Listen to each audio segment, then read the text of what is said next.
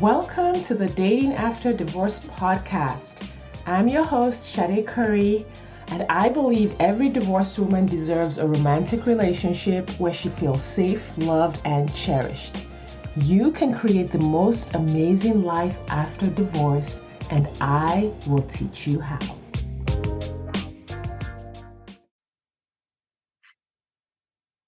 Hello, everyone. Welcome back to the Dating After Divorce podcast. I am excited to bring you another guest episode today. And here with me on the show is Becca Maxwell. Hi, Becca. Hi, Sade. Hi. Becca is a relational intelligence consultant and divorce coach. She's here to tell her amazing story of finding love after divorce, in spite of 3 near misses with your husband across 3 different countries. So we're excited to hear that. But before we dive in, please tell the listeners a little bit about the work that you do. What's a relational intelligence consultant? Who do you help? And kind of like a little bit about the work you're doing. Yeah, sure. So the relational intelligence consultant bit goes a little bit back to my corporate career where I was in advertising for a really long time, and I was running client relationships there, right? So I was managing big pieces of business and became a global account director, like a client services director, global account director, a chief operating officer, and I was just managing these client relationships as best as possible. And then I was asked to become a consultant to advertising agencies, teaching them how to have the best possible client relationships. Now, that's all around understanding your own bias and triggers, building your own resilience, constructive conflict resolution, how to have difficult conversations, how to rebalance just an imbalanced relationship, all of those things. And I was doing that for a few years when I started going through my super ugly divorce. And I found that the tools and models that we were using in the corporate space were so applicable to the personal space. Obviously, if you're going to build resilience, and if you're going to have to handle conflict in a healthy way, if you're going to have to manage your own triggers, etc., super applicable. So that led me to applying some of that into the divorce coaching space. So that's why I still do both. I still bridge the corporate space as well as the personal coaching. Oh, amazing. And do you help women who are going through divorce, after divorce? Like, where are those tools the most useful? They're typically, the divorce is definite. So sometimes people reach out and say, I think I'm going to do this, and I help them with a guide to separation, but typically they've still got some work to do. So they come back to me once the decision has definitely been made, and maybe they're just struggling with their own emotions, and they didn't realize it was going to be as hard as it is, right? A lot of people think, okay, I've made the decision. This is going to be great. I give it 3 months.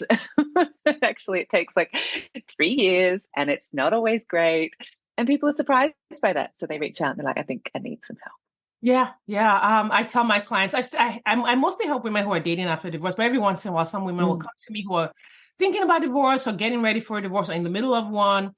And, what I tell them now is, hey, you really don't know the person you're going to divorce. You have not seen, Oh, exactly. You have not seen your own divorced self, and you haven't seen your spouse's divorcing self. Like, that is like a new person that you're getting ready to meet. Exactly. I tell them, like, think of him as an alien now. This is not somebody you know well. You cannot predict his behaviors.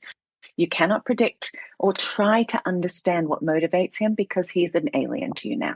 He is behaving in a way that is completely unlike anything you've ever seen before. And I think this is where people start to throw around that my ex is a narcissist, or, he's behaving in such a way, there's narcissism there. It's like, okay, but maybe that's a temporary state. Let's not label it. Let's just not try and understand it. Let's focus on you and what you can do to get through it. So I agree with you. You don't know that human anymore. Yeah. We need to tell people this before they get married. Yeah. Like, That's hey, right. make sure you want to stay, because if you divorce, Yeah, you think you've seen the bad bit? Exactly. Yeah. Amazing. Well, thank you for sharing that. Now let's dive into your love story, and I'm just going to let you tell it. I guess we can start with when you got divorced. Like, how long ago was that? So I left that marriage around 10 years ago. So I was living in Singapore. My ex and I are both Australian, and we'd been living an expat life. We'd lived in Amsterdam together and had our first son there, moved to Singapore, and our daughter, was born in Singapore. Which is kind of complicated because if you're like, there's a part of the Hague Convention that maybe you or your listeners don't know about, but it's if your country has signed up to this part of the Hague Convention and you're both outside of your home country when you decide to separate, you can't leave that country without the other person's permission with the children. So when we broke up, a lot of expat families in places like Singapore or Hong Kong or Dubai, when they break up, typically the mum will take the children back to their home country. But if the ex-husband says, I don't agree, then they can't do that. So I felt quite stuck in Singapore for a while there. It was like I had no option but to stay because my ex was saying, you can leave, but you can't take the children. Like, not in my, like, over my dead body. Am I leaving without my children? So that was about, 10 years ago. We were in Singapore. I left the marriage because we had tried for years and years and years, but I just felt he was so unhappy, and we tried to change so much, like change jobs, changed countries. I had another baby, tried all of these different changes, and he was still so desperately unhappy. And eventually I thought, okay, it must be me. Like, I must be the one. So please be free, go off and, I'll be a better ex-wife than I'll be a, wife, because I don't want you to be unhappy. I thought having a happy father for the children was much better than staying in this marriage. So 10 years ago we broke up, and I thought we were going to have the best divorce ever. We didn't. How long did the divorce take? It's still kind of going on now. We've had the paperwork for years already, but still legal battles going on. It's really unpleasant.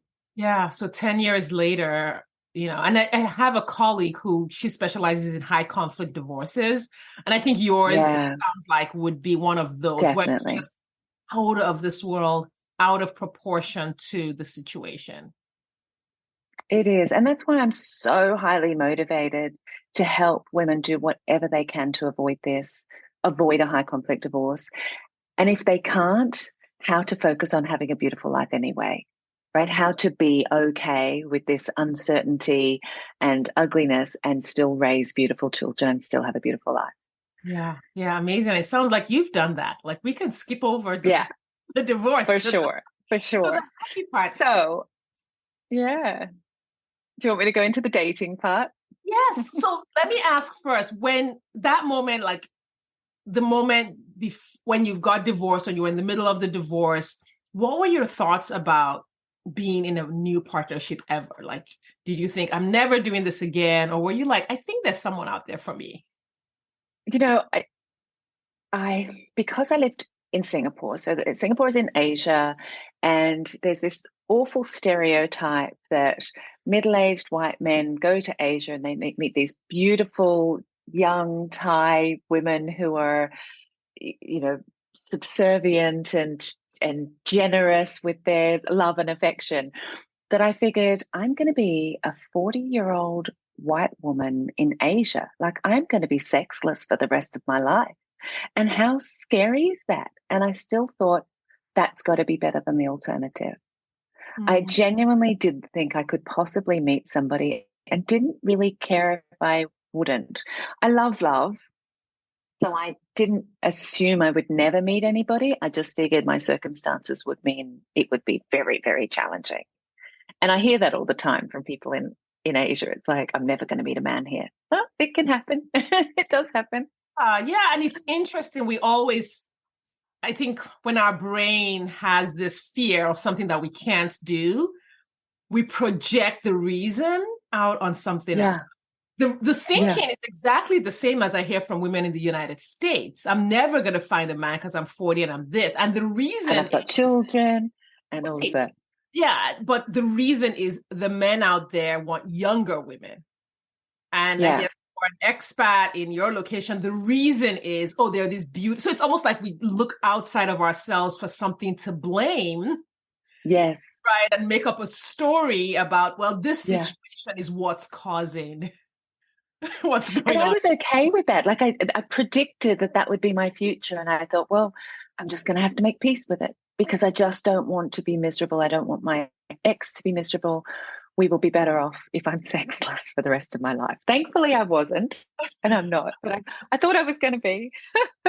Yeah. So what did you do? Like, did you meet your husband in Singapore? We did, yes. So he's Dutch. Okay. So we're both from very different cultures and we're living in this third culture. Um, Before I met Olaf, I did try the dating. Like I did try dating. So there was one other person. Well, I went on maybe half a dozen dates, maybe, yeah, I don't know, half a dozen. And I remember thinking, oh, this is not great. And then I met one expat who was living in Thailand actually, and he would come to Singapore once a month or so. And I thought, well, this is a nice kind of bridging dating opportunity. And but he just wasn't very interesting to me. He had an incredible body and he got me back in the bedroom again, which was a great, just a great kind of bridging thing. It Yeah. actually being able to date him, it was a few months. It was never anything serious, was never going to go anywhere. I wasn't that interested in him, but it was nice to have somebody treat me in a way that was surprising, right? So I feel like that broke the seal a little bit. And so I was dating him for a little while, and I remember thinking, it'd be nice to want to get to know somebody though. Like it's nice to have that spark alive again, Yeah. but that's not really enough. And as soon as I decided, so now we're like a year out of my marriage, I'd been a single mom, loved being a single mom, set up my like single mom sanctuary, and I was having a beautiful life with the kids. And every second weekend they'd be at their dad's, so I'd be single, and I was getting fit and healthy again, and was just really loving Yeah. life. I was super successful at work, and I just remember thinking, I think I'd like to meet someone I'd like to get to know better. So I went back on the apps and I matched with Olaf on Tinder.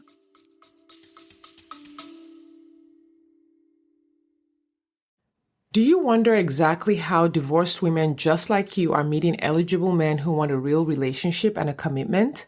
They're doing it by dating with their core values.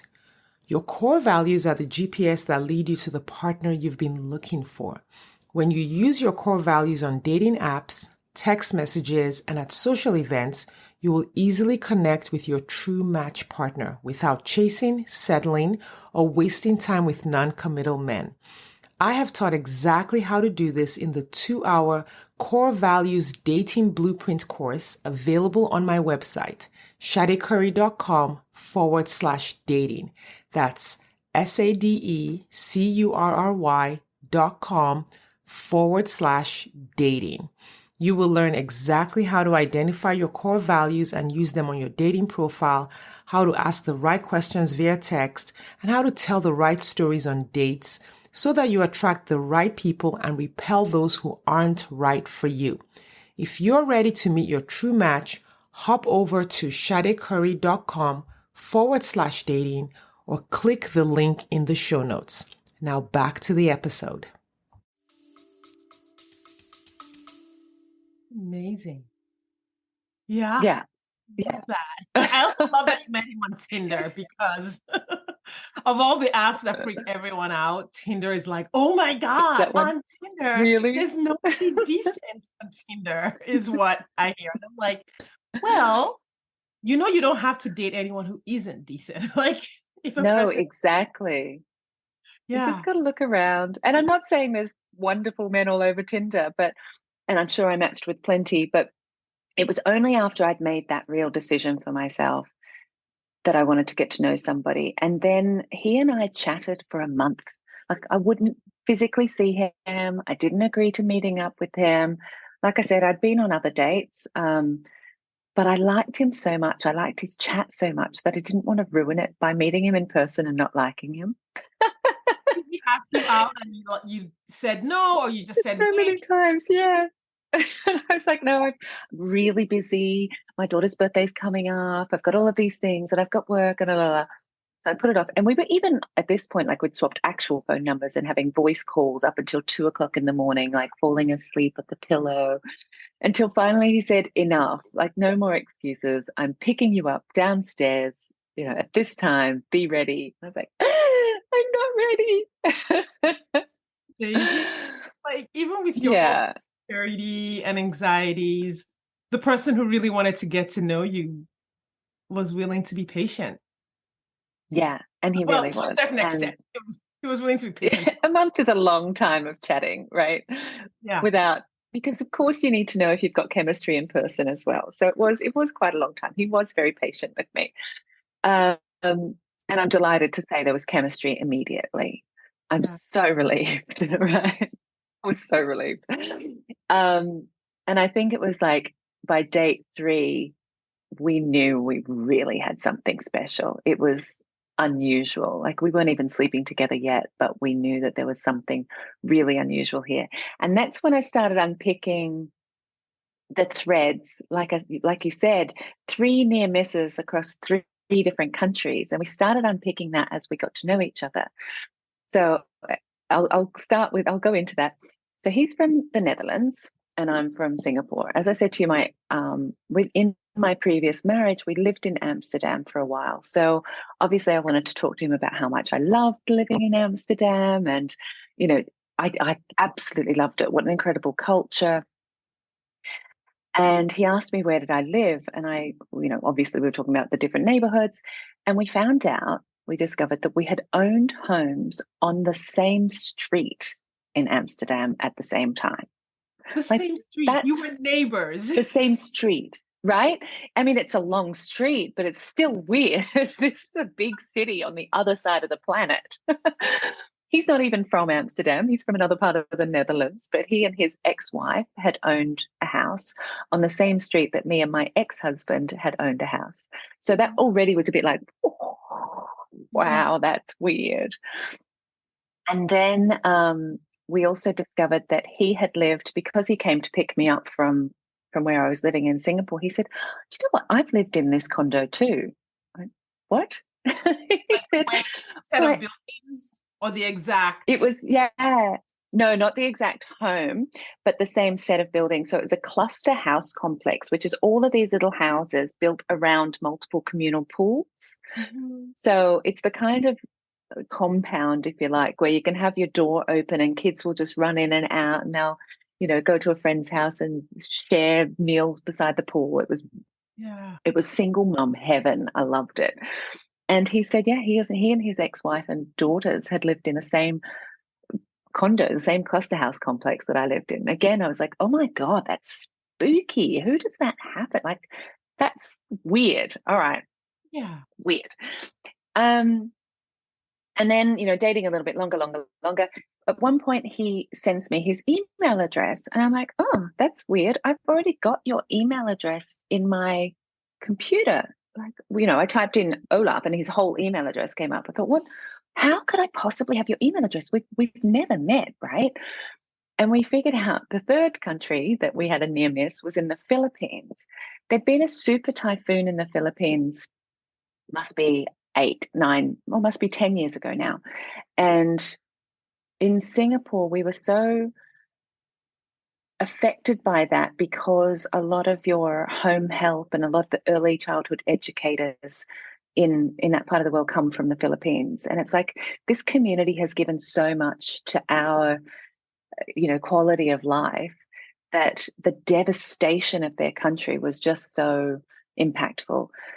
So a friend had decided he was going to organize some friends together and go and do some last mile charity effort. Now that means like taking rice and water to the most remote villages, the ones that are not going to get seen first by the big organized charities. Yeah. So I reached out to this friend and said I'd love to be involved in that. What I didn't know was that Olaf was one of the first people to go. So Olaf and my friend, the two of them went off and started this early mile charity effort. I flew in 24 hours after Olaf had come home to take over that effort. It's like, so, right?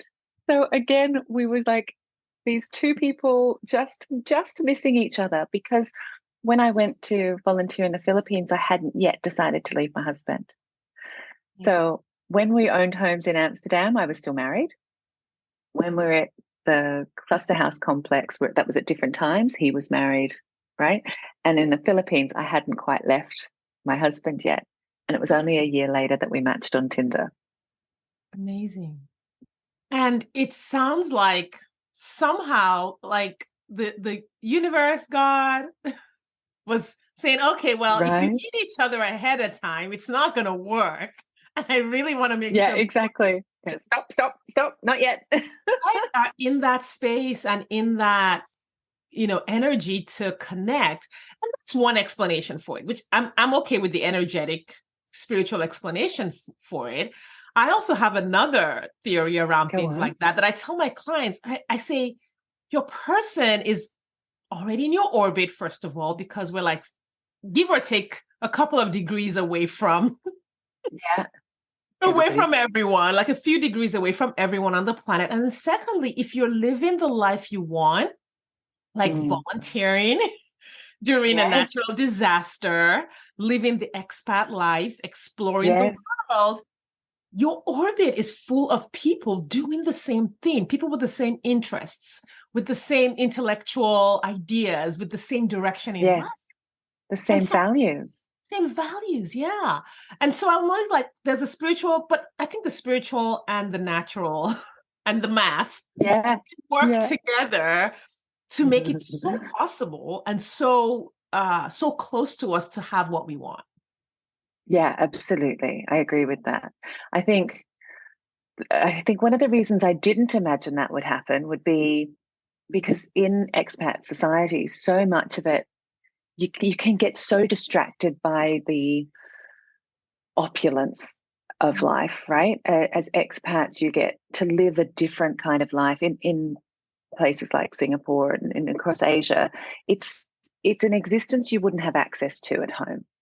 So a lot of the people that I would meet there, I wasn't the least bit interested in.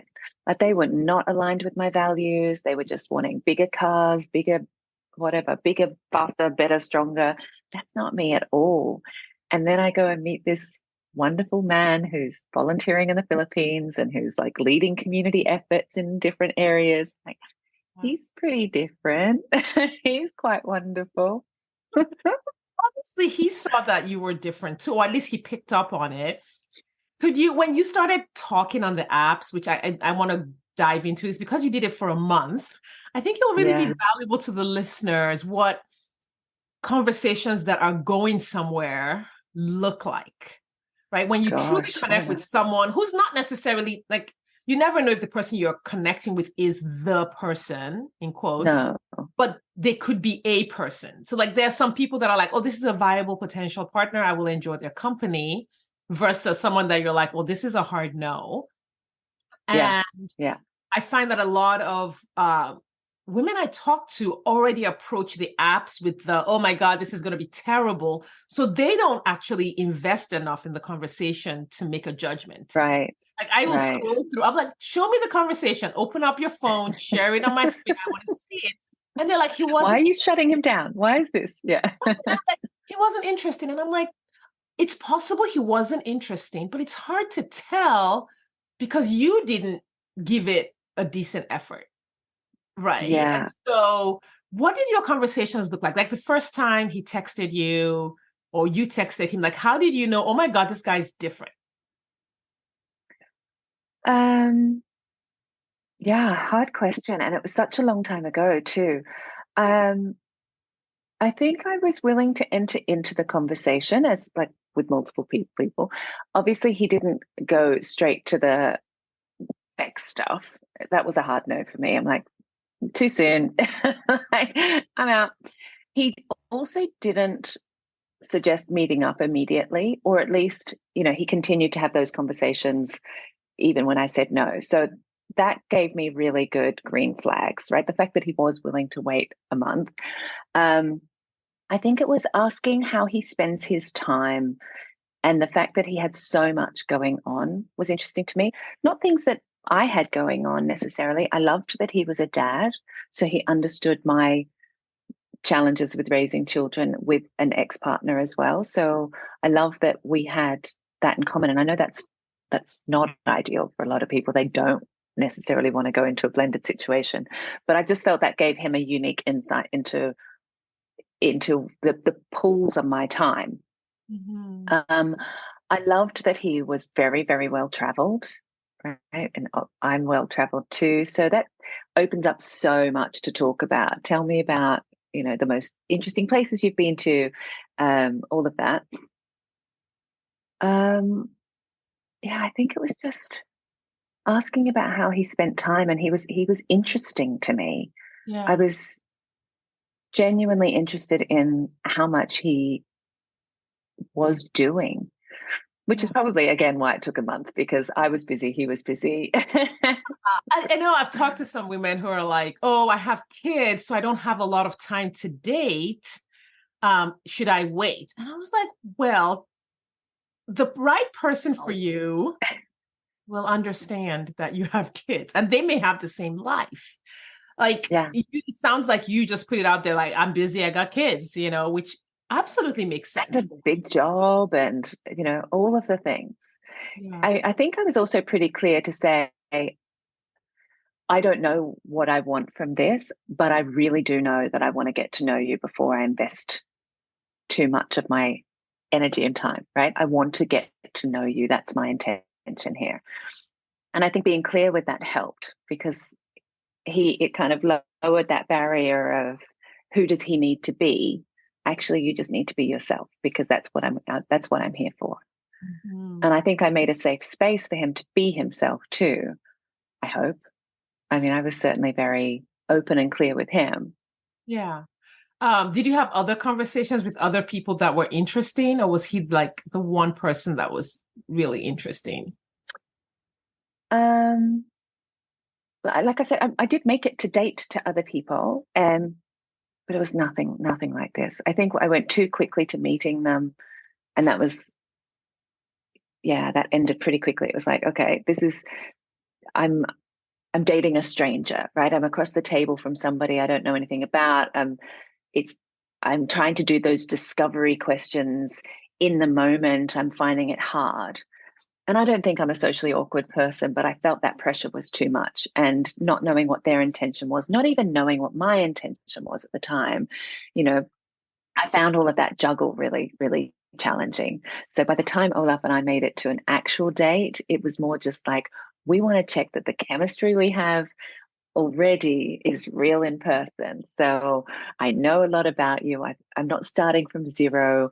I want to hear more. I want to hear you tell the stories and see your face, and see your body language as you talk about them, because you light up over the phone. Is that also going to be true in person?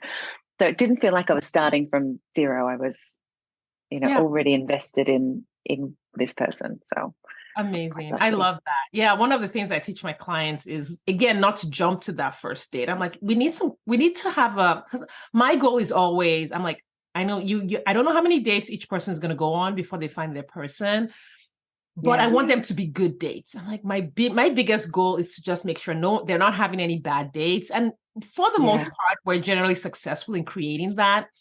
And one of the keys to creating that is actually I guess I'm an engineer by background, so I use like really dry terms. I don't use the sexy terms. I just call them qualifying questions. Like, yeah, just need to have a baseline of understanding about this person. You find them reasonably interesting. They don't have to be like, oh my God, the most interesting person you've ever talked to. But you would be okay if no, they were a coworker and you had to interact with them in your office. yeah. And you're interested to know a bit more, Yes, right? and you're interested to know a bit more just to see. And I was Yeah, like, but usually when it's like, oh my God, he gave me his number, and women often feel a lot of pressure to respond to, being asked out sooner than they're ready for, or yeah. exchanging phone numbers sooner than they're ready for. Like, what advice do you have for pacing the texting and the first date in a way that makes you comfortable? Um, I I don't know if my advice is any good, but I really felt I needed to trust my own intuition. I was in no hurry, and anybody that was in a hurry was not on the same time zone as me. So, like the same pace as me. And that would be okay too. I would have been devastated to have spent a month with somebody and it not work out, or for us to not have chemistry. But that was a beautiful month.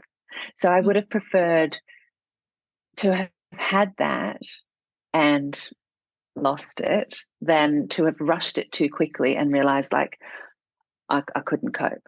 So he needed to be on I was clear about my pace, I think, and I pushed him back and I trusted my intuition, right? Which was to say, I'm not ready, or I never wanted to not respond. So I didn't have, I guess, the ick or whatever it was. My intuition was, when's he gonna message me next? Or should I start again? Or I don't know. Maybe it's unfair because I don't know that I can offer advice in this area, but I think That's great. trusting your intuition. No, that philosophy matches with exactly what I teach my clients, in the sense that every woman, I'm like, I never offer formulas, in the sense that like nothing's going to Yeah. work the same way, but principles always translate. Like the principle of having your Yeah. own pacing and knowing what makes you feel comfortable. I have clients all over the board. I have I have some clients who are like, who will exchange their numbers pretty early because they have that self-trust. They know they can take care of themselves. They're not worried about, they have no fear of blocking someone if it doesn't work. Yeah. I have other clients who won't give out their phone numbers until after the first date. I was that way. I wouldn't give out my phone number until I would chat on the app Yeah. until the first date. And then if I felt comfortable after the first date, I would give them my phone number. But like everyone Right. is different. My take on it is That's always, okay. yes, and that's okay. You are the leader in your own journey. And like you've just That's beautifully right. modeled being your own leader. You were like, no, I'm just going to do what makes sense for me. Like, and That's I'm right. okay with the outcome. And see, that's sometimes what some people miss, is that they're like, well, I'm leading in my journey, but it better work out. Yeah. Yeah, I don't agree with them. I think I'm a pretty good manifester, right? If I'm intentionally trying to bring something into my life, and one of the keys to that is not being attached to the outcome. It's how do I want to feel? What would that feel like? What would that be like? I want to live in that, the thing that I'm trying to create for myself, which might be my home with the ocean view. Like, what would that feel like? And how wonderful would that be? But if I don't get this house, there'll be another one that makes me feel that way. So that's how I felt about Olaf. It was like, I want to get to know someone. I want to be really beautifully connected in and wanting to get to know him as he evolves. I want to go on this journey with somebody that's going to feel inspiring and adventurous to me. And it's okay if this isn't the one, because I will get that. Right. So I Oh, felt that's so pretty good. confident that I would achieve what I was looking for. I was just really impressed that it happened so quickly. Like I said, the minute I decided I really want to get to know someone at depth, it was like, oh, love came along. It was great. Amazing. That's so powerful. I really want this. Like, I think sometimes when we talk about not being attached to the outcome, sometimes people think, well, that means I should give up my goal. I should be okay without No, it. No, no. It's, you really want the goal. You believe you're going to have the goal, but you're not trying to force any situation to be the answer. that's right. And you take steps towards being able to get the goal, right? So I went on the apps, right? So I did have the conversations, or, my house with the ocean view. I did look for the homes. I did make the applications. I wasn't waiting for the universe to just plonk me in a house. Right? So Yeah. I took the steps towards my goal, but released the idea of when it would happen or who he was going to be. I was certainly putting the effort into finding out whether he was the one, and it turns out he is, and we've got this beautiful blended family. So yeah, it's been Yeah. pretty great. How long have you been together? 9 years now, Nine coming up years. to 9 years. Yeah. Yeah. How did blending your family go? Well, it was really unusual because we were both in Singapore and our ex-partners were both in Singapore. His girls were a little bit older than my son and daughter. Um, we took months before we made any decisions to introduce anybody. We each had a conversation with our ex-partners before making the introduction. It didn't go great for either party, even though, my ex had already introduced a girlfriend to the children and I was perfectly okay with it. He was a bit less okay, but we weren't asking permission. We were just making providing information just to let you know I've met somebody I'm serious about. I'm ready to introduce the children. So keeping you informed. And of course, my daughter was 2 at the time. So can you imagine saying, I'm going to introduce you to a friend called Olaf? She was all like, Frozen snowman. Oh my God, I'm going to meet the snowman from Frozen. I was like, sorry to disappoint, darling. He's like a 6'7" skinny Dutch man. He's no snowman. But they were gorgeous about it. He was just someone at the barbecue, right? He was just one of Mum's friends to begin with, and he was one of Mum's friends that they saw a bit more often. And then I asked them, could he maybe have dinner with us one night? They were like, yeah. My son was 5, my daughter was 2, and they just started climbing up him. They just took to him immediately. And with his daughters, they were a little bit older. I want to say they were like 9 and 11 at the time. And they were so excited because their dad had been single for a few years already. And they were just delighted that he was happy to meet someone. So they were super curious to meet me and the kids.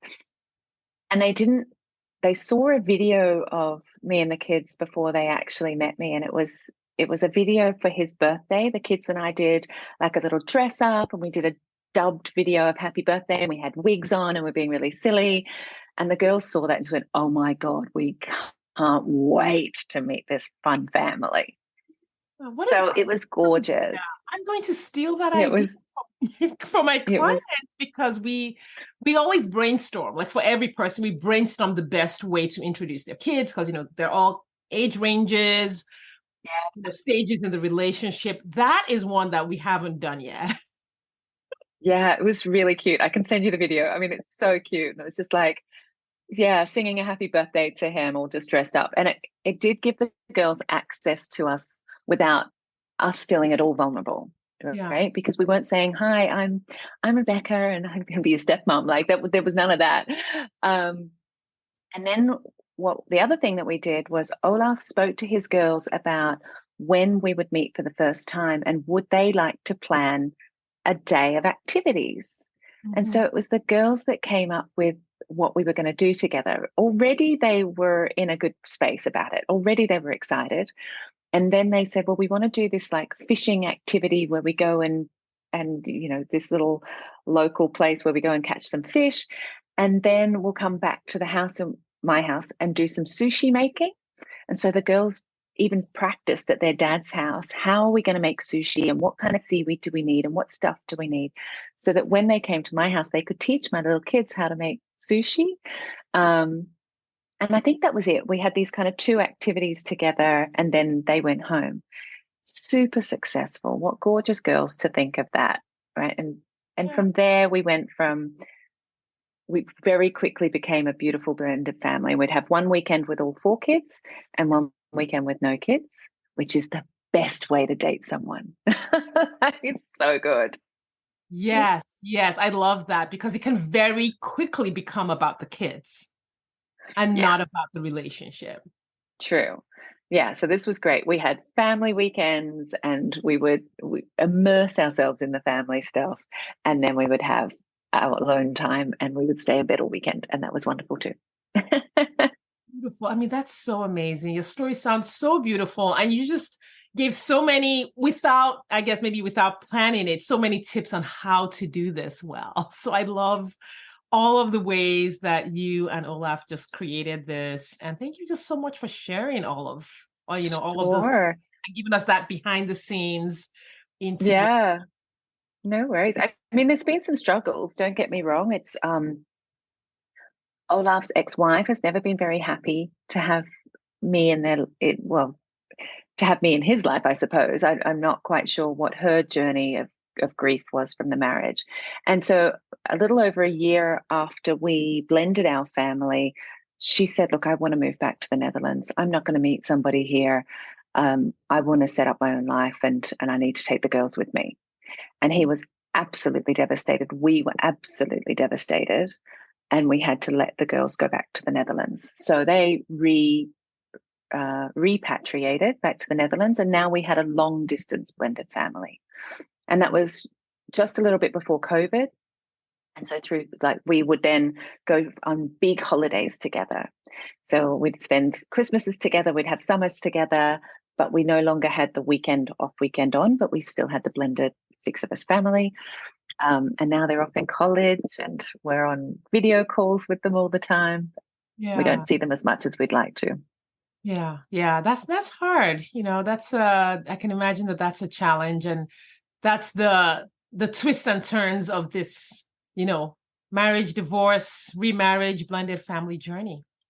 For sure. But I mean, our children still consider each other brother and sister, right? Mhm. Because they had that such quality time together when they were young enough for it to feel very, very bonded.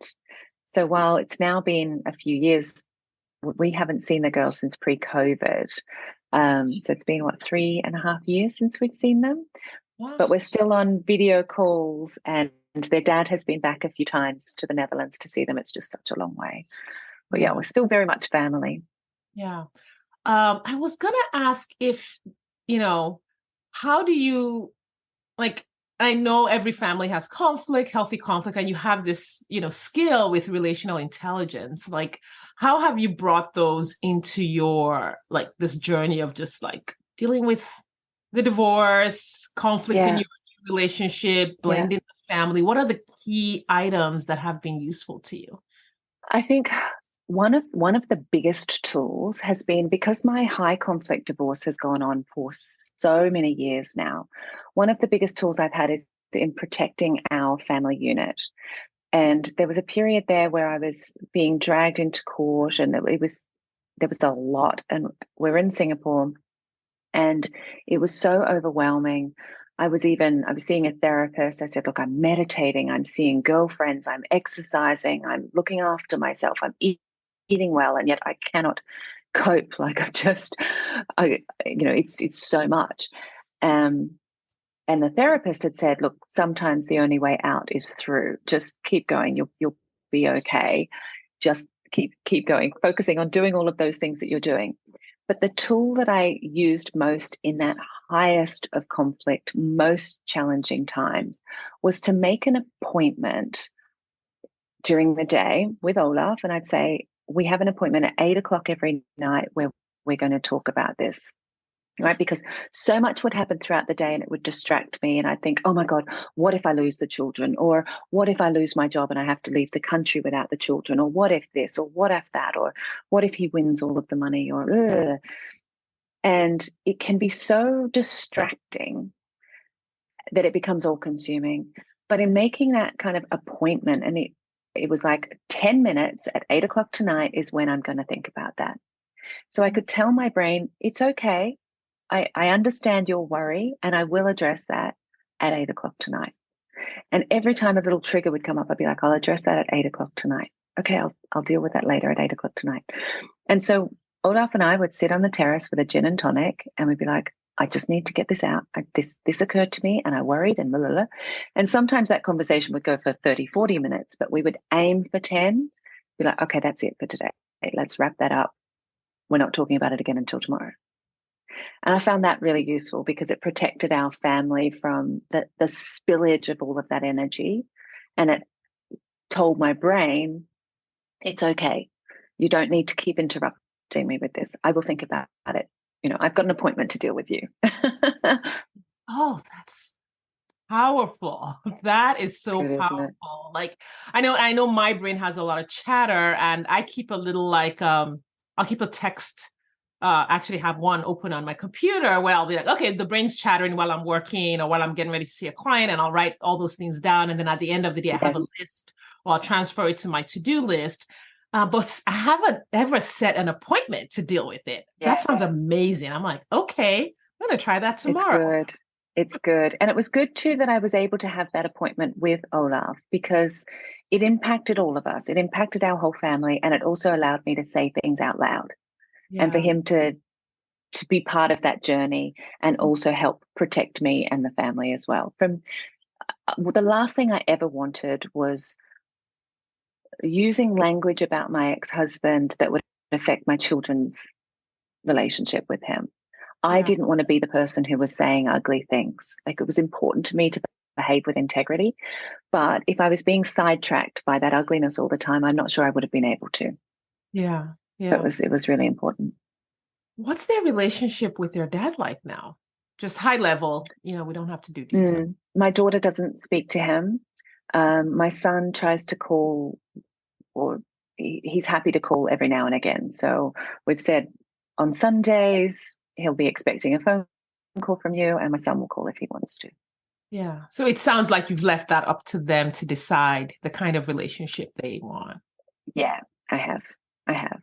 And I hope that will change. And I always use the language of maybe one day, to my daughter, maybe one day you'll be open to having a relationship with him, but I respect you that for now you don't want to.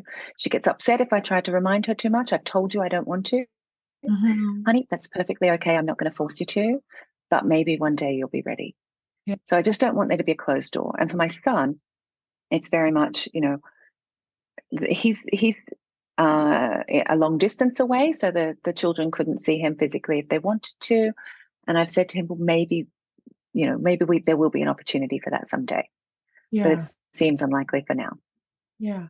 Now, where do you live now? In Western Australia. That's what I thought. So it's the same time zone as Singapore. So I can still do my corporate Asia job, and so can Olaf. But I've got like this ocean view and this beautiful Amazing. life here. Okay. Yeah. Okay. Because when you mentioned that it was long distance with your ex, I was like, oh, did she move? And I realized that, yes, you did move. I did. Well, also he did too. So he left Singapore before COVID, which freed up then our opportunity to leave. I was no longer stuck in the country. So we were able to make a choice for ourselves, which was Yeah. nice. I'm so happy for you. Thanks. Because it can be hard when you have this human who has say, in a sense, especially at least while your children For are sure. young, in the decisions you can make. And it can feel disempowering. And it almost it can feel disempowering. It's not 100% disempowering, I guess is what I want to say. Like, No, part of the exactly. journey is learning how to grow beyond what would Yeah, seem like would keep you stuck. exactly. We all have constraints. We all have constraints, whether that's, our ex that we need to live nearby, whether it's our family, whether it was the background that we grew up in, whatever it is. But we can still live a very full, beautiful, gorgeous life within those constraints, right? Yeah. Whether they're our choice or not, we still have lots of other options and choices. So Yes. I never let that hold me back from living a pretty big life. Amazing. Amazing. You demonstrate that beautifully. You really do. I remember the moment I realized that I had no idea. I think I thought my ex filed for the divorce because I had Okay. separated. He wasn't safe. And he filed for the divorce, not because he wanted to, I found out later, but as a way to get me to come back. He was like, well, if I file for a divorce, she'll come Right. back. Because then he offered, well, you should come back. And I was like, oh no, I'm taking this get out of jail free card here. Yeah, thanks. I'll take that. Yeah. And so then when he realized the divorce was going to go forward, then he prolonged it. So instead of signing off on it, he then prolonged it for years. And Mhm. it took me a minute to realize this could go on for a really long time. It ended up taking 3 years. Yeah. But I thought he would sign off on it because it was what he wanted. And so as it dragged on, I think right around 9 months to a year in, I was like, oh, I have no idea when this is going to end because I had been in limbo. I was waiting for the sign Oh, off to yeah. with my life. And I was like, oh, I need to just like live Be as okay with it. done. And I was like, so if the Yeah. divorce was done, what would I do? Yeah. And I was like, I'm going to start my business. I was going to become certified as a coach. I'm going to start traveling with the kids. And so I made a list of things I wanted to do and the life I wanted. And I couldn't do all of them. I couldn't get married Yeah. again. I know a lot of things you couldn't do.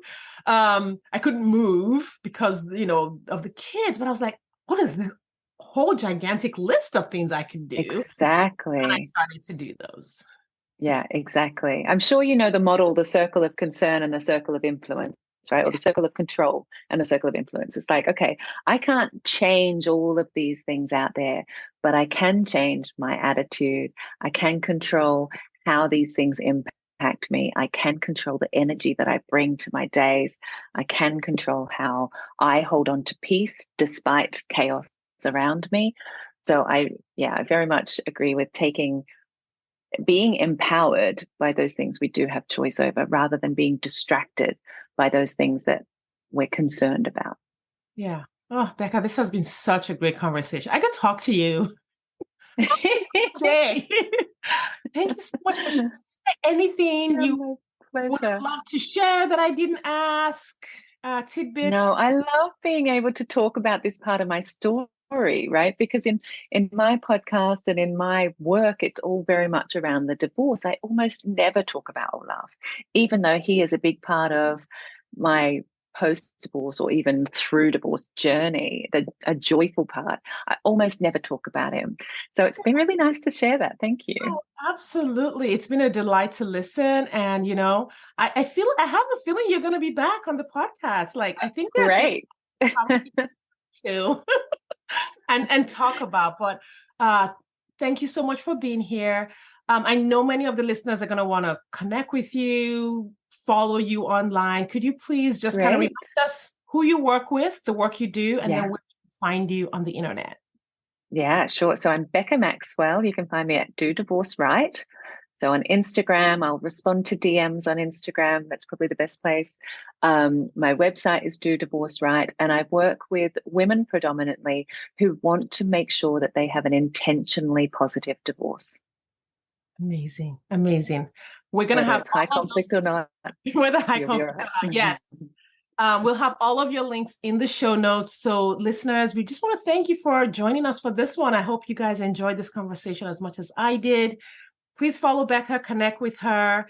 And also, if you are thinking about dating after divorce, or you're already thinking about already dating after divorce and you want some help, feel free to schedule a consultation call with me or download my 50 Green Flags of a Healthy Relationship. So you can kind of think about the relationship you're in and make sure it's the right one for you. We want to thank you for your time and attention, and we will see you next time.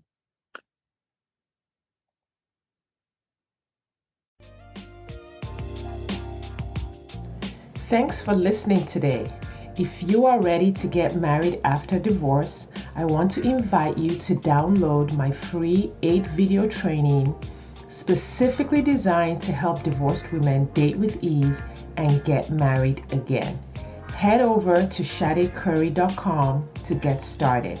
That's SADECURRY.com. I'll see you inside.